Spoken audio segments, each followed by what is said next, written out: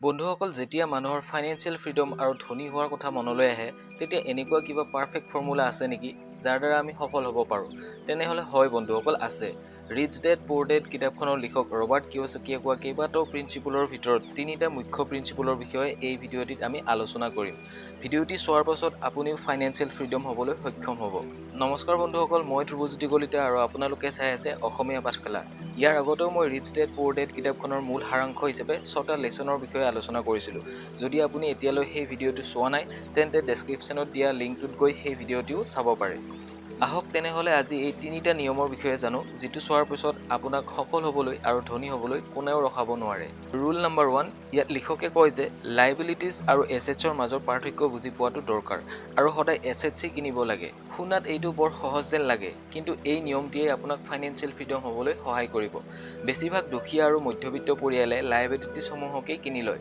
কিন্তু ধনী ব্যক্তিসকলে জানে যে প্ৰকৃততে কোনবোৰ বস্তু কিনিব লাগে আৰু কোনবোৰ কিনিব নালাগে সেয়েহে তেওঁলোকে এছেটছসমূহেই কিনে ধনী দেউতাকে লিখক আৰু তেওঁৰ বন্ধু মাইকক এই চিম্পুল কথাটিয়ে শিকায় যাৰ ফলত তেওঁ অৰ্থাৎ ধনী দেউতাকে ফাইনেন্সিয়েল ফ্ৰীডম পাবলৈ সক্ষম হয় এই শিক্ষাই এইটো প্ৰকট কৰে যে লাইবিলিটিছ আৰু এছেটছৰ মাজৰ বৃহৎ পাৰ্থক্যসমূহ আমি বুজি পোৱা উচিত আৰু আমি সদায় এছেটছসমূহে কিনিব লাগে কিন্তু এয়া যদি ইমান সহজেই হ'লহেঁতেন তেন্তে প্ৰত্যেক ব্যক্তিয়ে দেখোন ধনী হ'ব পাৰে নহয় জানো কিন্তু ইয়াত কথাটো অলপ ওলোটা হয় এইটো আচলতে ইমানেই সৰল যে ইয়াৰ বিষয়ে কাৰো মনতেই নাহে মানুহে ভাবে যে তেওঁলোকে লাইবিলিটিছ আৰু এছেটছৰ মাজৰ পাৰ্থক্যৰ বিষয়ে জানে কিন্তু তেওঁলোকে কেৱল শিক্ষাৰ বিষয়েহে জানে বিত্তীয় শিক্ষাৰ বিষয়ে নাজানে আহক জানো লাইবিলিটিছ আৰু এছেটছ প্ৰকৃততে কি লাইবিলিটিছ সেইবোৰ যিবোৰ বস্তু কিনিলে আপোনাৰ পইচা খৰচ হয় কিন্তু সেই পইচা কেতিয়াও ঘূৰাই নাপায় অৰ্থাৎ আপুনি ব্যৱহাৰ কৰা সকলো বস্তুৱেই লাইবিলিটিছ যিয়ে কেৱল মাত্ৰ আপোনাৰ পকেটৰ ধন খৰচ কৰে বৰঞ্চ এটকাও ঘূৰাই নাপায় আনফালে এছেটছ সেইবোৰ যিবোৰ আপুনি পইচা খৰচ কৰিতো কিনেই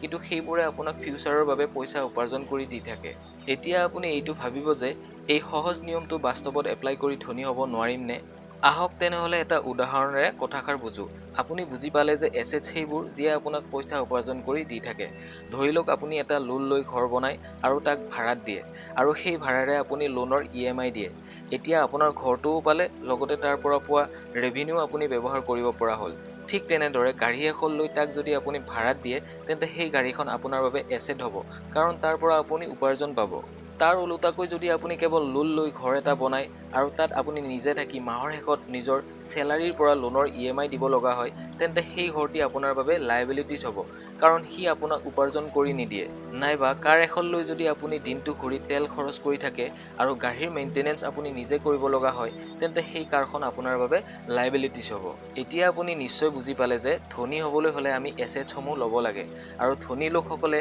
সেই নিয়মটি মানি চলে বাবে সদায় ধনী হৈ গৈ থাকে আনফালে দুখীয়াসকলে এই নিয়মটি ভালকৈ বুজিয়েই নাপায় সেইবাবে এইটো কথাত জোৰ দিব লাগে যে কেৱল শিক্ষা নহয় বৰঞ্চ বিত্তীয় শিক্ষা ল'বলৈ চেষ্টা কৰিব লাগে আৰু বেছিভাগ মানুহে এই পাৰ্থক্যসমূহ বুজি নাপায় আৰু জীৱনভৰ দুখীয়া হৈ কটাব লগা হয় ৰুল নম্বৰ 2 ইয়াত লিখকে কয় যে ইনকামৰ ষ্টেটমেণ্টক প্ৰফিট আৰু লছৰ ষ্টেটমেণ্ট হিচাপে ল'ব লাগে ইয়াৰ সহজ অৰ্থ এইটো যে ইনকাম হ'ল আপোনাৰ কিমান পইচা ৰাহি হ'ল আৰু এক্সপেন্স সেইটো আপুনি কিমান পইচা খৰচ কৰিলে কেৱল সংখ্যাৰে কোনো কামত নাহে কামত তেতিয়াহে আহিব যেতিয়া আপুনি আপোনাৰ কাহিনী নিজে লিখিব লিখকে এইটো কয় যে বেছিভাগ পৰিয়ালতে এইটো দেখা পোৱা যায় যে যিসকল পৰিশ্ৰমী হয় তেওঁলোকে বহুতো পইচা উপাৰ্জন কৰে কিন্তু সেই উপাৰ্জন কোনো কামত নাহে যেতিয়া সকলো পইচা লাইবিলিটিছ কিনাত খৰচ কৰিব আৰু এইটোৱেই যদি তেওঁৰ অভ্যাস থাকে তেন্তে গোটেই জীৱন মধ্যবিত্ত হৈ কটাব লাগিব নতুবা তাতকৈ তললৈ হয়তো আহিব লাগিব কাৰণ তেওঁৰ সকলো পইচা লাইবিলিটিছ কিনোতেই খৰচ হয় কেতিয়াবা ধাৰ কেতিয়াবা লোন কেতিয়াবা ক্ৰেডিট কাৰ্ড ইত্যাদি লওঁতেই গোটেই জীৱনৰ উপাৰ্জন সেইবোৰতেই খৰচ হৈ থাকে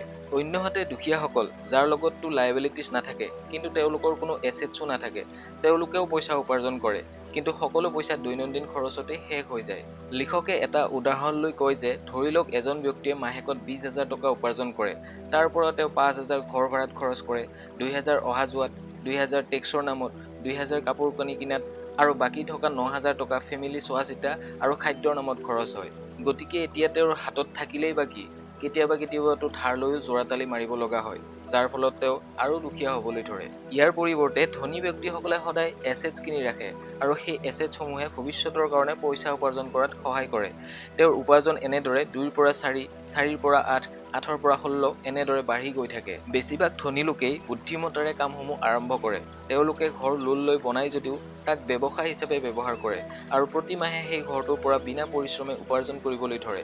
ঘৰো পালে লগতে উপাৰ্জনো কৰিলে। এইবোৰ হৈছে ধনী মানুহৰ স্মাৰ্ট ৱৰ্ক। লিখকে কয় যে ধৰি লওক লোনটোৰ ইনষ্টলমেণ্ট 10,000 আৰু আপুনি ঘৰটো ভাড়াত দি পায় 20,000, অৰ্থাৎ আধা বেংকক দিয়ে, আধা নিজৰ পকেটত ৰাখে। এইটোৱেইটো বিনা পৰিশ্ৰমে কৰা স্মাৰ্ট ৱৰ্ক, নহয় জানো? আচলতে দুখীয়া দেউতা আৰু ধনী দেউতাৰ মাজৰ চিন্তাধাৰাসমূহৰ পাৰ্থক্য আছিল। নিজৰ পইচা ক'ত কি ধৰণে খৰচ কৰিব সেইটোৱেই আচল কথা, অন্য কোনো কথা নাই।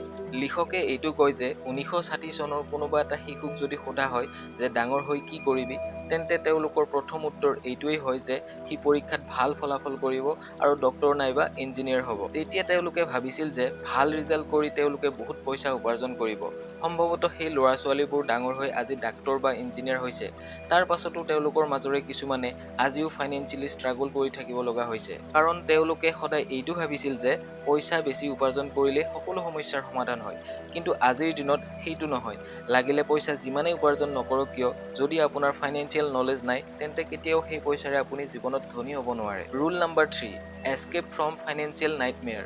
লিখকে কয় যে আজিকালি ফাইনেন্সিয়েল নাইটমেয়াৰ তেনেই সহজলভ্য হৈ পৰিছে। কথাষাৰ এনেধৰণৰ, প্ৰায়ভাগ নৱবিবাহিতা দম্পতীয়ে এইটো ভাবে যে এতিয়া তেওঁলোকৰ ইনকাম দুগুণ হ'ব, কাৰণ দুয়োজনেই উপাৰ্জন কৰে। এটা সৰু ঘৰত থাকি এতিয়া তেওঁলোকে এটা ডাঙৰ ঘৰ ল'বলৈ মন মেলে আৰু তাৰ বাবে তেওঁলোকে পইচা সাচিবলৈ ধৰে। ইয়াৰ ফলত তেওঁলোকৰ সকলো ধ্যান নিজৰ কেৰিয়াৰৰ ওপৰত দিয়ে আৰু আগতকৈ অধিক উপাৰ্জন কৰিবলৈ ধৰে। তেনেহ'লে নিশ্চয় খৰচো বাঢ়িব। যেতিয়া আপুনি ফাইনেন্সিয়েল জ্ঞান নোহোৱাকৈ পইচা উপাৰ্জন কৰিব, তেন্তে কোনো নভবা নিচিন্তাকৈ তাক খৰচো কৰিব। তো হয় কি, আপুনি আগতকৈ অধিক খৰচহে কৰিবলৈ ধৰে।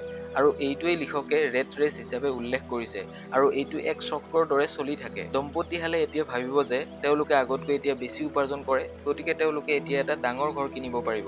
তেওঁলোকেতো এইটোৱেই ভাবিব যে আগতকৈ আমি ধনী হ'লো।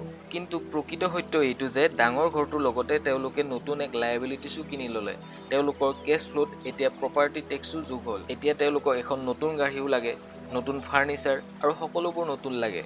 তেওঁলোকৰ লায়েবিলিটিছ বাঢ়িয়েই গৈ থাকিল, যাৰ ফলত ইনকামৰ লগতে খৰচো সেই ধৰণে বাঢ়িবলৈ ধৰিলে। আৰু তাৰ পাছত তেওঁলোকে এদিন এই কথা উপলব্ধি কৰিব আৰু তেতিয়ালৈ তেওঁলোক এই ৰেট ৰেচত বৰ বেয়াকৈ মেৰ পাকত সোমাই পৰে। পিছত এনে লোকেই আমাৰ এই কিতাপৰ লিখক ৰবাৰ্টৰ ওচৰত আহি সোধে যে ধনী কেনেকৈ হ'ব পাৰি। এতিয়া এই প্ৰশ্নটোৱেইটো সমস্যাৰে জড়িত, কাৰণ সকলোৱে ভাবে যে পইচাই সকলো সমস্যাৰ সমাধান। আচলতে এনেদৰে ভবাটোৱেই আটাইতকৈ ডাঙৰ ভুল। তেওঁলোকৰ সমস্যা এইটো নহয় যে তেওঁলোকৰ উপাৰ্জন কম, বৰঞ্চ সেইটো যিখিনি উপাৰ্জন কৰে সেইখিনিক কেনেকৈ মেনেজ কৰিব। বেছিভাগ লোকে ভাষণ দিবলৈ ভয় কৰে। মনোবিজ্ঞানীয়ে কয় যে মানুহে ৰিজেকশ্যনৰ কথা ভাবি ভাষণ দিব ভয় কৰে, যে যদি মোৰ ভাষণ শুনি ভাল নাপায়, আনতকৈ নিজক পৃথক কৰিব ভয় কৰে। মানুহে কি বা ভাবে, কোনোবাই যদি মোৰ ওপৰত হাঁহি দিয়ে, এইবোৰ কথা ভাবিয়েই বহুতো লোকে পাব্লিক স্পিকিঙৰ পৰা বিৰত থাকে। তেওঁলোকে সদায় এইটো কৰিব বিচাৰে যিটো সকলোৱে কৰে, যিটো সকলোৱে ভাল পায়। তেওঁলোকে নিজক আনৰ সৈতে তুলনা কৰি ভিৰৰ মাজত সোমাই পৰে, কাৰণ যিটো চবে কৰি আছে সেইটো নিশ্চয় শুদ্ধই হ'ব, নহয় জানো? কিন্তু সেইটো একেবাৰেই নহয়। ধনী দেউতাই ৰবাৰ্টক এইটো কয় যে জাপানীজ লোকসকলে 3টা বস্তুৰ শক্তিৰ বিষয়ে জানিছিল: তৰোৱাল, মূল্যৱান অলংকাৰ আৰু আইনা। তৰোৱাল হ'ল বাহুৰ বলৰ প্ৰতীক, মূল্যৱান অলংকাৰে টকাৰ বলৰ কথা কয়, আৰু আইনাই নিজৰ ভিতৰত থকা শক্তিসমূহক দেখুৱায়। লিখকে কয় যে যেতিয়া আপুনি নিজক জানে আৰু যেতিয়া আইনাৰ সন্মুখত থিয় হৈ নিজক এইটো প্ৰশ্ন কৰিব পাৰে যে আপুনি শুদ্ধ হয়নে, আপুনি আনৰ দৰে ভিৰৰ মাজত থাকিব বিচাৰে নেকি, আৰু যিটো উত্তৰ পাব সেইটো আপোনাৰ আচল আৰু প্ৰকৃত শক্তিৰ পৰা পাব। দুখীয়া আৰু মধ্যবিত্তই নিজক টকাৰ গোলাম বনায়, সেইবাবে তেওঁলোক কেতিয়াও ধনী হ'ব নোৱাৰে। 16 বছৰীয়া ৰবাৰ্ট আৰু মাইক ধনী দেউতাকৰ সৈতে প্ৰত্যেকখন মিটিঙত উপস্থিত হৈছিল। তেওঁ নিজৰ একাউণ্টেণ্ট, বিজনেছ মেনেজাৰ, ইনভেষ্টৰ আৰু এমপ্লয়ীসকলৰ সৈতে মিটিং ৰাখিছিল। এই কিতাপখনত লিখকে এনেকুৱা এজন ধনী দেউতাকক দেখুৱায় যি পঢ়া শুনাত একেবাৰেই ভাল নহয়, যিয়ে 13 বছৰ বয়সতেই স্কুলত যোৱা এৰি দিয়ে। কিন্তু আজি তেওঁ মিটিংছ এৰেঞ্জ কৰে আৰু নিজৰ তলত কাম কৰা এডুকেটেড লোকসকলক অৰ্ডাৰ্ছ দিয়ে, তেওঁলোকক বিজনেছ টিপছ বুজায়। এনে এজন ব্যক্তি যিয়ে কেতিয়াও আনক অনুসৰণ কৰা নাছিল, নিজৰ ৰাস্তা নিজেই তৈয়াৰ কৰি লৈছিল, যিয়ে নিজৰ ওপৰত আত্মবিশ্বাস ৰাখি ৰিস্ক লয় আৰু মানুহৰ কোৱা কথাবোৰৰ কোনো কেৰেপ কৰা নাছিল। তেওঁ এইটো ভয় কৰা নাছিল যে মানুহে তেওঁৰ বিষয়ে কি ভাবিব। এই মিটিংসমূহত উপস্থিত থাকি লিখক আৰু তেওঁৰ বন্ধু দুয়োটাৰে স্কুলৰ পাঠদানত মন নবহা হ'ল। তেওঁলোকে শিক্ষকে কোৱা এইটো কথাত কেতিয়াও মানি নলৈছিল যে ভাল নম্বৰ আৰু ভাল ডিগ্ৰীহে মানুহক পইচা উপাৰ্জন কৰি দিব পাৰে। এদিন ৰবাৰ্টৰ দুখীয়া দেউতাকৰ সৈতে তৰ্ক হ'ল। আৰু তেওঁৰ পিতাকৰ এইটো বিশ্বাস যে তেওঁৰ ঘৰটোৱেই তেওঁৰ আটাইতকৈ ডাঙৰ ইনভেষ্টমেণ্ট, কিন্তু তেওঁ ৰেট ৰেচৰ সৈতে যুঁজি আছে। তেওঁৰ ইনকাম আৰু খৰচ দুয়োটাই সমান আছিল আৰু তেওঁ কেতিয়াও নিজৰ ইনকামৰ অনুপাতে খৰচ কমাব পৰা নাছিল। এই কথাখিনিয়েই ৰবাৰ্টে আমাক এনেদৰে বুজায় যে ঘৰ কোনো সম্পত্তি নহয়, বৰঞ্চ ই এক খৰচী বস্তুহে, অৰ্থাৎ লায়েবিলিটিজ। ঘৰত তেওঁৰ পইচাসমূহ খৰচ হৈ থাকে আৰু তাৰ পৰিৱৰ্তে এটকাও ঘৰে উপাৰ্জন কৰি নিদিয়ে। এই কথাখিনি তেওঁৰ দুখীয়া দেউতাকে বুজি পোৱা নাছিল। এইটোৱেই হৈছে এজন শিক্ষিত আৰু বিত্তীয় শিক্ষিত লোকৰ মাজৰ পাৰ্থক্য। তেওঁলোকৰ মাজৰ তৰ্ক কণ্টিনিউ হৈ থাকিল। ৰবাৰ্টে দুখীয়া দেউতাকক কয় যে বেছিভাগ মানুহে নিজৰ জীৱনভৰ লোনৰ ঋণসমূহ দি থাকোঁতে সময় পাৰ হৈ যায়। যিটো ঘৰ তেওঁ লোন লৈ বনায় তাৰ কাৰণে 30 বছৰলৈ ঋণ দিব লগা হয়। ইয়াৰ ফলত তেওঁ অন্য ঠাইত তেওঁৰ পইচাসমূহ ইনভেষ্ট কৰিব নোৱাৰে, কাৰণ তেওঁৰ সকলো পইচা ঘৰ বনাওঁতেই খৰচ কৰে। তেওঁ ইনভেষ্ট কৰিবলৈ সুবিধা নাপায় আৰু সেই বিষয়ে শিকিবও নোৱাৰে। এইদৰে বহুতো এছেটছ তেওঁ হাতৰ পৰা গুচি যায়। ইয়াৰ সলনি মানুহে যদি কম বয়সতে এছেটছসমূহৰ ওপৰত গুৰুত্ব দিয়ে, তেন্তে তেওঁলোকৰ ভৱিষ্যত বহুত গুণ ভাল হোৱাৰ সম্ভাৱনা থাকে। লিখকে আপোনাক এইটো কোৱা নাই যে আপুনি নতুন ঘৰ নবনাব বা নিকিনিব বা নতুন কাৰ নল'ব, দামী বস্তু নল'ব। বৰঞ্চ তেওঁ আমাক এইটো বুজাইছে যে যিমানবোৰ টকা আমি ঘৰৰ নামত খৰচ কৰোঁ বা দামী প্ৰডাক্ট কিনাত খৰচ কৰোঁ, সেই একেখিনি পইচা যদি আমি ক'ৰবাত ইনভেষ্ট কৰোঁ, তেন্তে ভৱিষ্যতে সি আমাক বেছি ইনকাম কৰি দিব আৰু কেইবছৰমান পাছত আপুনি লোন নোলোৱাকৈয়ে সকলো বস্তু কিনিব পাৰিব আৰু ঘৰো বনাব পাৰিব। বন্ধুসকল, আশা কৰোঁ ভিডিঅ'টিত কোৱা কথাবোৰ আপুনি নিশ্চয় বুজিবলৈ সক্ষম হৈছে। পৰৱৰ্তী ভিডিঅ'টিত আমি দ্য মিলেনিয়াৰ্ছ ফাৰ্ষ্ট লেণ্ড কিতাপখনৰ সাৰাংশ আলোচনা কৰিম। চ' থেংক ইউ ফৰ ৱাচিং দিছ ভিডিঅ'। আকৌ লগ পাম। ধন্যবাদ।